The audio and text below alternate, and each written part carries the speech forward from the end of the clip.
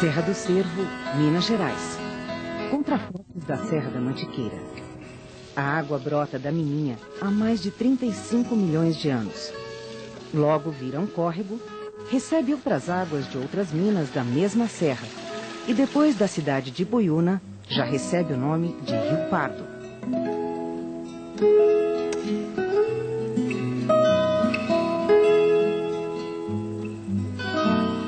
O Rio Pardo é uma espécie de personagem principal da bacia que é dividida em Alto, Médio e Baixo Pardo.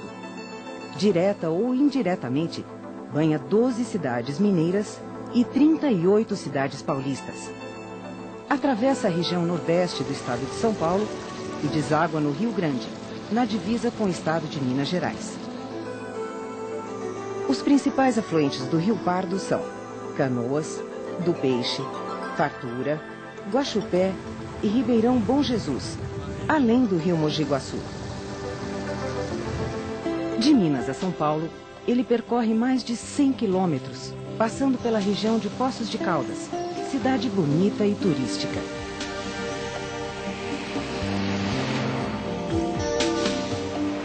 Mas em Poços também existe muita mineração de urânio e principalmente bauxita, minério de onde se faz alumínio.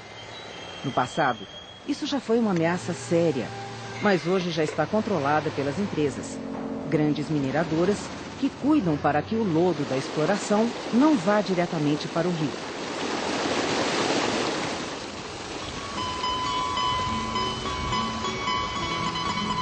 O Rio Pardo entra no estado de São Paulo, abastecendo a represa de Graminha, no município de Caconde. Logo abaixo, as usinas Euclides da Cunha e Armando de Salles Oliveira, conhecida como Limoeiro. Agora, além de fornecer água para o abastecimento e receber o esgoto das cidades, o rio passa a gerar energia elétrica. As 3 usinas marcam o início da região da bacia hidrográfica do Médio Pardo. Bacia hidrográfica é uma região onde todos os rios e águas caminham para um rio principal, localizado no ponto mais baixo do relevo. Todos os rios dessa grande região levam suas águas para o Rio Pardo. Na região da bacia do Médio Pardo, são 24 municípios, com população de cerca de 1 milhão de habitantes.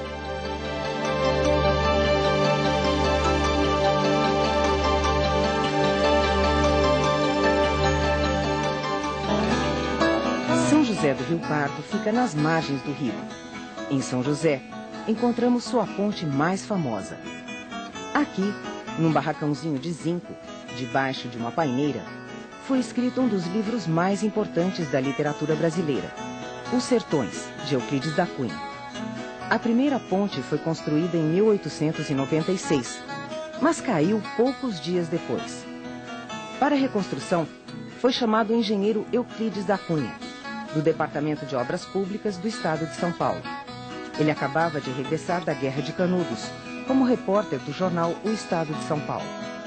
São José fica no início de uma região de terra roxa, responsável pela riqueza do ciclo do café, que trouxe algumas das mais belas fazendas da região. Mais tarde, os cafezais foram substituídos pelos imensos canaviais que dominam a paisagem da bacia do Rio Pardo, uma das regiões agrícolas mais ricas do Brasil. Depois de São José e das 3 usinas, o rio segue dentro da área da bacia, mas enfrenta uma série de problemas. A erosão corrói as margens. O resultado é o assoreamento.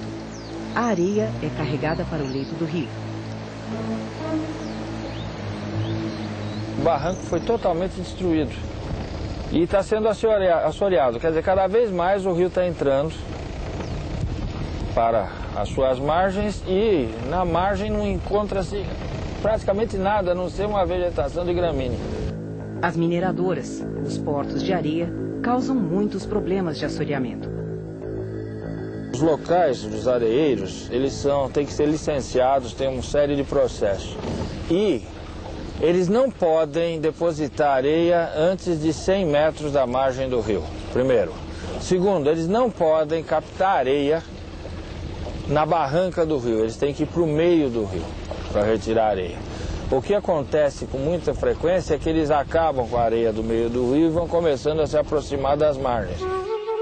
A capituva, essa espécie de capim que dá em beira de rio, também atrapalha o curso do Rio Pardo.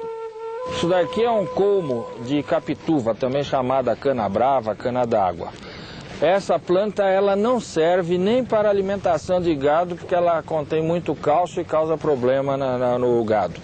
Ela tem uma raiz muito curta, mas ela se espalha muito e o colmo é muito resistente. Ele atinge uma espessura mais ou menos desse tamanho e isso daqui vai se entrelaçando no meio do rio e vai deixando que os detritos se depositem. E com a deposição de detritos, o rio vai perdendo a água e aumentando a parte de solo. E ele se desloca, o seu leito se desloca para o outro lado, desbarrancando a outra margem. A erosão e a capituva ocorrem por causa da destruição das matas ciliares. Essas matas protegem as margens do rio. Nós estamos vendo mata ciliar dos dois lados do rio, mas na realidade essa mata ciliar é muito reduzida, são alguns metros apenas. Tanto do lado de lá quanto do lado de cá nós vamos ter plantação. Então, particularmente plantação de cana.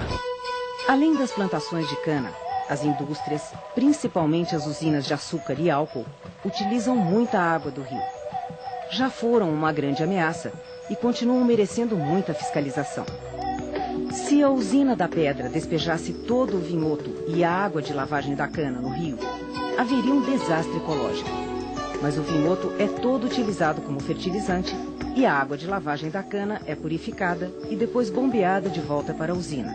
E hoje já está havendo leis, projetos de lei, cobrando por esse tipo de utilização da água e pela degradação que o indivíduo faz com essa utilização. Então, um indivíduo pode utilizar água sem fazer degradação, ele vai pagar menos e um que utiliza degradando vai pagar mais. Isso é um negócio muito sério que está repercutindo em todo o Brasil. Essa usina vai ter futuramente que pagar pela água que usa, apesar de estar retirando água de rio, retirando água do subsolo, retirando água de qualquer lugar. Hoje em dia ela não paga nada? Não, ninguém paga nada. A usina da Pedra também usa o rio para transporte de caminhões de cana. Os agrotóxicos usados nas plantações ameaçam a qualidade das águas e quando não existe mata ciliar, o problema é maior. Os produtos químicos descem direto para o rio. O maior problema ambiental do Rio Pardo e de toda a bacia é o esgoto das cidades. O córrego Ribeirão Preto carrega quase todo o esgoto da maior cidade da bacia para jogá-lo no Rio Pardo. O rio praticamente morre nesse trecho e só vai se recuperar depois de 40 ou 50 quilômetros.